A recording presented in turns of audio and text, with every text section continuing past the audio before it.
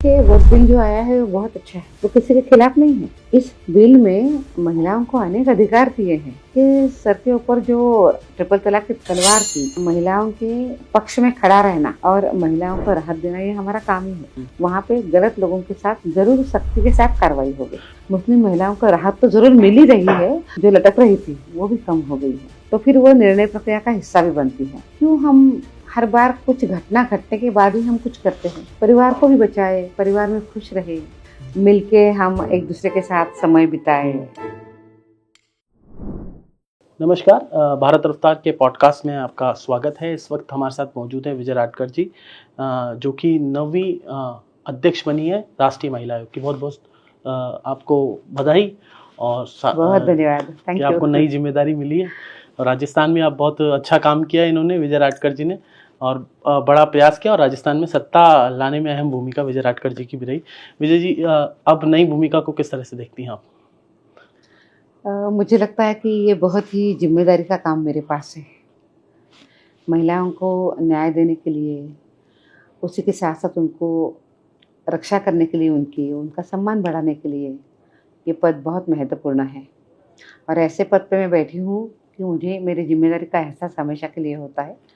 पर ये भी बात बहुत अच्छी है कि आप कोई अगर पीड़ित महिला आपके पास आती है, कोई तकलीफ़ में है, तो उनकी बहुत अच्छी तरीके से मदद कर सकते हैं। इसलिए बहुत महत्वपूर्ण जगह पे मैं हूँ और मुझे ये भी लग रहा है कि ये काम बहुत अच्छा है, जो हम 50% हमारी जो आबादी है उसको साथ लेकर चल रहे हैं। आप पहले महाराष्ट्र के अंदर भी आयोग की अध्यक्ष रही हैं, तो आपके लिए कुछ नया तो नहीं है, लेकिन फिर भी राष्ट्रीय लेवल पे संभालना एक बड़ी जिम्मेदारी होती है। तो क्या चैलेंजेस आप देखती हैं? सबसे पहले तो एक ये है कि बहुत देश हमारा बहुत बड़ा है और इतने राज्य हैं, तो इन सब राज्यों में देखना, वहाँ पे क्या स्थिति है, उसका आकलन करना, वहाँ पे जाके प्रत्यक्ष आपके प्रवास होना, जो तकरारदार महिलाएं कंप्लेंट्स करती है उनकी हियरिंग करना, ये बहुत ही चैलेंज का काम है। क्योंकि आप कितने दिन प्रवास करोगे, तो हर एक स्टेट में जाना, वहाँ पे काम, सभी जो मन में काम है वो सभी तुरंत करके आना, ये नहीं होता है। उसके लिए हमें बहुत ज़्यादा सुचारू रूप से समयबद्ध तरीके से हमें चलना होता है, अनुशासित चलना होता है। तो पर हमने अभी काम की शुरुआत करी है और उसमें हमने एक नई पहल करी है। क्या पहल? राष्ट्रीय महिला आयोग आपके द्वार। अच्छा। हमारे पास देश भर से बहुत बड़ी संख्या में कंप्लेंट्स आती है। ये कंप्लेनेंट महिलाएं हमारे तक प्रत्यक्ष नहीं आ सकती है, क्योंकि वो बहुत दूर रहती है। अगर वो इतना सक्षम होती थी कि वो हमारे पास आ जाए, तो उनकी अड़चनें वो खुद ही सॉल्व कर देती थी। तो फिर हमने ही सोचा कि अगर वो हमारे पास नहीं आ पाती है और हमें उनको तुरंत न्याय देना है, तो क्यों नहीं हमें उनके पास जाए। तो फिर हमने ही उनके पास जाने का तय किया और उसमें से ये कल्पना आगे आई कि राष्ट्रीय महिला आयोग आपके द्वार, इस नाम का हम वो कार्यक्रम करेंगे जी। अब हमने क्या किया है कि हम जब कोई प्रदेश में जाते हैं, तो वो सिर्फ प्रदेश की राजधानी में जाकर वापस आए ऐसा नहीं करते जी। तो हमने डिवीजन लेवल का जो गांव है, उस गांव पे हमने उनकी डिवीजन की हम सुनवाई करते हैं। जो केसेस हमारे पास पहले से आ गई है, तो उसकी हम सुनवाई करते हैं। उसका एक बहुत अच्छा परिणाम ये आता है कि सुनवाई करने के साथ तुरंत आप उनको न्याय देने के प्रोसेस की शुरुआत कर देते हैं। क्योंकि जब सुनवाई होती है, तब उस जिले के जो एसपी है या सीपी है, उस जिले के जो कलेक्टर है, वहाँ के आईजी है, ये सभी लोग उस जन सुनवाई के लिए आते हैं। तो सामने सामने बात होती है, तुरंत निर्णय किए जाते हैं, तुरंत उनको कहा जाता है कि इस तरीके से काम आपको करना है, तो तुरंत उसका असर भी होता है और परिणाम भी मिल जाता है। तो एक महिला आयोग आपके द्वार, ये महिलाओं की जो कंप्लेंट्स आती है उसको सॉल्व करने का एक बहुत अच्छा तरीका है। और दूसरी जो हमने नई पहल करी है वो है पीएमसीसी। क्या PMCC? Premarital communication centre. अच्छा। हम देखते हैं कि आज के समय पे फैमिली वेलबींग के लिए ऐसे सेंटर्स होना बहुत ज़रूरी है। हैप्पी मैरिजेस के लिए ऐसे सेंटर का होना बहुत ही ज़रूरी है। हम ये भी देखते हैं कि आजकल समाज में फैमिली मैटर्स बहुत आने लगे हैं। परिवार भी टूट रहे हैं। परिवार टूट रहे हैं, एक दूसरे के साथ पटती नहीं है। उसी के साथ साथ फिर ऐसा भी हो रहा है कि परिवार टूटने की वजह से उसका बुरा असर बच्चों के ऊपर आ रहा है। तो हमें उसके लिए तो काम बहुत करने की ज़रूरत है, जो कि कमीशन कर भी रहा है। पर फिर इसको सबको देखते हुए मेरे मन में ये आया कि क्यों हम हर बार कुछ घटना घटने के बाद ही हम कुछ करते हैं। जी सही बात। अगर प्रिवेंटिव रूप से अगर हम कुछ मेजर्स ले सकते तो कैसे रहेगा। और फिर हमने तय किया कि हम प्रिवेंटिव मेजर्स के रूप में हम काम करेंगे, और उसी में से प्रिवेंटिव मेजर ये है कि प्री मैरिटल कम्युनिकेशन सेंटर हमने शुरू किया है, जहाँ पे शादी के पहले अगर दोनों है, शादी तय हुई तो वो दोनों, या अलग अलग अकेले अकेले भी जो अभी शादी करने वाले हैं, ऐसे विवाह योग्य जो युवती और युवक है वो वहाँ पे आके बात कर सकते हैं अन्य अन्य विषयों पर, ताकि उनको क्लियर कल्पना आए कि शादी के बाद उनके जीवन में क्या बदलाव आ रहा है, और उसके साथ साथ सकारात्मक विषयों के साथ वो आगे बढ़े और दोनों मिलके अपना परिवार को भी बचाए, परिवार में खुश रहे, शादियों को अच्छी तरीके से निभाए। इस तरीके से ये कंसेप्ट है। तो एक तरह से वो कुटुंब प्रबंधन टाइप हो गया आपका। हाँ, ऐसे ही हो सकता है कि हमारी फैमिलीज इंटैक्ट रहे, मिलके हम एक दूसरे के साथ समय बिताए। ये तो हम सोचते अभी हैं। आपने विजय जी इस चीज़ पे अध्ययन किया कि एक बड़ी इशू ये है कि आज सोशल मीडिया के दौर में पति पत्नी ये भी एक बड़ा इशू है कि आपस में जब खाना खाते हैं तो भी फ़ोन पे ही लगे रहते हैं, आपस में बातचीत नहीं है परिवारों के बीच में। तो ये भी कम्युनिकेशन का गैप का बड़ा, बिल्कुल बहुत बड़ा कारण है, बहुत बड़ा कारण है। उसके लिए भी हमें बहुत सोच समझते हुए हमें एक दूसरे के साथ समय, एक दूसरे के लिए समय निकालना पड़ेगा, एक दूसरे के साथ रहना पड़ेगा। जब फैमिली पूरी एक साथ है उस समय पे हमें मोबाइल को एक साइड में रखना होगा, तभी तो हम ये सब कुछ कर पाएंगे। तो खुशी के साथ एक दूसरे के साथ संपर्क है, व्यवहार है, बातचीत है। भारत सरकार कानून बहुत सारे बना रही है, अभी बहुत बड़ा परिवर्तन किया, लेकिन इम्प्लीमेंटेशन कराने का काम तो एजेंसीज का है, पुलिस का है और एजेंसीज का है। तो आपके साथ बड़ी दुविधा ये होती होगी पुलिस से कम्युनिकेशन करना फिर उसको रिजॉल्व कराना, हालांकि कानून में बड़ा परिवर्तन हुआ। तो ये बड़ा चैलेंज किस तरह से देखती हैं, इसको समाधान करने के लिए? ये चैलेंज है, पर उसको हम ठीक से हम उसको साथ लेकर हम चलते हैं। उसका कारण ये है कि हमें पुलिस, ये जो व्यवस्था है, इस व्यवस्था से लोग बहुत अपेक्षा रखते हैं कि मेरी कंप्लेंट तुरंत दर्ज हो जाए, तुरंत उसके ऊपर एक्शन भी हो गए। ऐसे लोगों की बहुत अपेक्षाएं होती है, वो सही भी है। हम प्रयास करते हैं कि पुलिस व्यवस्था अच्छे तरीके से आगे बढ़े, तो उनको साथ लेकर काम करने का प्रयास करते हैं। एक लगातार ममता बनर्जी की सरकार में हम देख रहे हैं कि महिलाओं के साथ अत्याचार बढ़ रहे हैं और वहाँ पर बहुत सारी तस्वीरें सामने आती है। तो ऐसी तस्वीरें आती है हृदय भार तक, मतलब इस तरह की घटनाएं, रेप की घटनाएं भी बढ़ रही हैं उस वहाँ पे ममता सरकार में।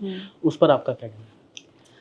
नहीं, वहाँ से तो पश्चिम बंगाल से तो बहुत कंप्लेंट्स हैं कि सरकार भेदभाव कर रही है और महिलाओं को उनका हक नहीं मिल रहा है, एक विशिष्ट समुदाय के लोगों के साथ ही वो चल रहे हैं। ऐसी बहुत कंप्लेंट्स हमारे पास आ रही है।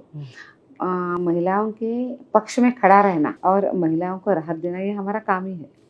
स्वाभाविक रूप में पश्चिम बंगाल में क्या चल रहा है इसके ऊपर हमारा बहुत ध्यान है। अनेक ऐसी घटनाएं जब घटती है कि जो महिलाओं के पक्ष के विरुद्ध है, तो उसका कॉग्निजेंस भी लेते हुए हम आगे बढ़ते हैं। और उसी तरीके से कठोर डंडा चलाएंगे आप विजय राटकर, लोगों को उम्मीद है। वैसे आप कठोर तो नहीं, आप नरम है, लेकिन उम्मीद है क्योंकि आपके पास आयोग हम नरम है, पर हम काम के लिए बहुत कठोर है। बात करने के लिए बहुत सॉफ्ट है, पर काम करने के लिए बहुत कठिन है। तो जहाँ जहाँ लोग गलत व्यवहार करेंगे और जहाँ जहाँ कमीशन का मैंडेट है, वहाँ पे गलत लोगों के साथ जरूर सख्ती के साथ कार्रवाई होगी। आज भी ट्रिपल तलाक खत्म हो गया, मुस्लिम महिलाओं के साथ आज भी जाती हो रही है, तलाक तलाक तलाक 3 बार कह के तलाक दे दिया जाता है।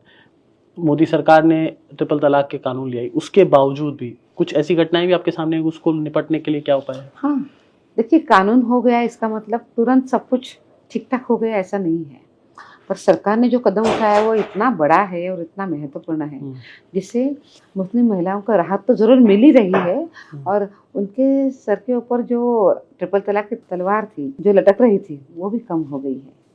पर ये बात ज़रूर है कि अभी भी कुछ घटनाएं हो रही है। ऐसे घटना जब घटती है तब हिम्मत के साथ सामने आना और उसके खिलाफ बात करना, उसके खिलाफ कंप्लेंट दर्ज करना, ये महिलाओं ने करना चाहिए। धीरे धीरे इस कानून का तो बहुत अच्छे तरीके से प्रभाव बढ़ता ही जाएगा, उसका उपयोग होगा। और हम जब मुस्लिम बहनों के साथ बात करते हैं तब ध्यान में आता है वो अभी बहुत खुद को सुरक्षित महसूस कर रही है कानून आने के बाद। पर प्रत्यक्ष रूप में लोगों तक ये कानून जाना, धरातल पर उतारना, इसको थोड़ा समय लगता है। हमने वो समय इस कानून के लिए देना चाहिए। पर आज मुस्लिम बहनें बहुत खुश हैं, ये कानून आ गया है। और जब भी ऐसी कोई घटनाएं घटती है तो उन्होंने तुरंत रिपोर्ट भी करनी चाहिए। कैसे करें वो रिपोर्ट? अगर करना चाहे, कोई महिला करना चाहे तो आपका कोई टोल फ्री नंबर? उसमें एक बात है कि वो हमारे पास आ सकते हैं। कमीशन की हेल्पलाइन नंबर है, कमीशन का ऐप है, कमीशन की वेबसाइट है, फ़ोन नंबर, ट्विटर पे आपसे संपर्क है। हाँ, तो कैसे भी वो ट्विटर पे, सोशल मीडिया के माध्यम से भी हमारे साथ संपर्क में रह सकती है। तो एक बार अगर उन्होंने बताया तो हम उसको कॉग्निजेंस भी लेते हैं। एक अंतिम सवाल है राजस्थान से रिलेटेड। राजस्थान में महिला आदिवासी क्षेत्रों में एक तो बाल विवाह की बड़ी समस्या है, दूसरी समस्या है कि यहाँ पर कुछ डूंगरपुर बांसवाड़ा के कुछ एरियो में खबरें आई थी, बच्चियों को बेचा जा रहा है गरीबी के कारण, और भी कुछ इस तरह की खबरें सामने आती है। और आदिवासी क्षेत्रों में धर्मांतरण की भी एक बड़ी समस्या है, महिला धर्मांतरण, क्योंकि ईसाई मिशनरी पहले महिलाओं को ले जाते हैं चर्च में और जबरन मतलब बहला फुसला के धर्मांतरण का भी। तो इस तरह की जो समस्या है राजस्थान, क्योंकि आप राजस्थान में लंबे समय तक रही हैं, तो इस पर आपका क्या कहना है? नहीं, मूलतः हमने ये भी देखना चाहिए कि जहाँ पे आदिवासी इलाका है वहाँ पे उन लोगों के डिमांड्स क्या है काम के बारे में, और उनको क्या क्या समस्याओं को फेस करना पड़ता है। अगर कोई झूठी बात करके उनके साथ कोई व्यवहार करता है तो वो गलत है। तो हमने उन लोगों को ये भी बताना चाहिए कि उनकी रक्षा करने के लिए एक्ट है, कानून ने ही, संविधान ने उनको रक्षण दिया है, तो आपको कोई तकलीफ नहीं दे सकता। हमने उनको एक बार ठीक से अच्छे से बताने की ज़रूरत है। उसी के साथ साथ सरकार की आदरणीय मोदी जी ने इतनी योजनाएं बनाई है ट्राइबल्स के लिए, उन योजनाओं के बारे में उनको पता होना चाहिए ताकि उनकी हिम्मत बढ़े। हाँ, मेरे लिए, हमारे लिए ये योजना है, इसका लाभ हमें मिल रहा है। अगर वो हम योजना उनको अच्छी तरीके से बताते हैं तो वो भी उसका लाभ ले सकते हैं। तो अपने आप में वो हमारे साथ रह सकते हैं, विकास के साथ वो चल सकते हैं। इसके लिए बहुत प्रयास करने चाहिए। सरकार बहुत प्रयास कर रही है, पर सरकार के साथ साथ समाज के लोगों ने भी आना चाहिए। जो NGOs है उन्होंने भी आगे आकर बात करनी चाहिए। महिला सशक्तिकरण को बढ़ावा कैसे देंगे? आज जैसे दूध वाला आपने, इसका क्या आपकी नई योजनाएं लेके आ रहे हैं? देखिए, महिलाओं को तो बहुत ज़्यादा हमें सशक्त करने की ज़रूरत है। राष्ट्रीय महिला आयोग इस विषय में बहुत बारीकी से काम करता है। राष्ट्रीय महिला आयोग अनेक कैपेसिटी बिल्डिंग के प्रोग्राम्स देता है। ऐसे प्रोग्राम के माध्यम से हम महिलाओं का स्किलिंग करते हैं, उनकी कैपेसिटी बिल्डिंग का काम करते हैं, जिसकी वजह से वो 4 पैसे कमा सकें। एक बार अगर महिला को पैसा मिलना शुरू हो गया तो उसके बाद घर में भी उसकी इज्जत बढ़ जाती है, उसका सम्मान बढ़ जाता है, और वो बढ़ने के साथ साथ उसकी पूछ भी होती है, उसको पूछा जाता है, तो फिर वो निर्णय प्रक्रिया का हिस्सा भी बनती है। तो इस तरीके से हमें उसको आज ये चलाना दूध वाला होगा। जो था, ये डेयरी का जो कार्यक्रम था, वो क्या था? आज एक जयपुर डेयरी का बहुत अच्छा कार्यक्रम हुआ। उन्होंने अपने नए 23 प्रोडक्ट आज लॉन्च किए। उसी के साथ साथ उनकी सरस मायरा नाम की एक योजना है, जो योजना बच्ची के शादी के लिए पैसा देती है, और महिलाओं के लिए तो एक बहुत वरदान जैसी ये योजना है।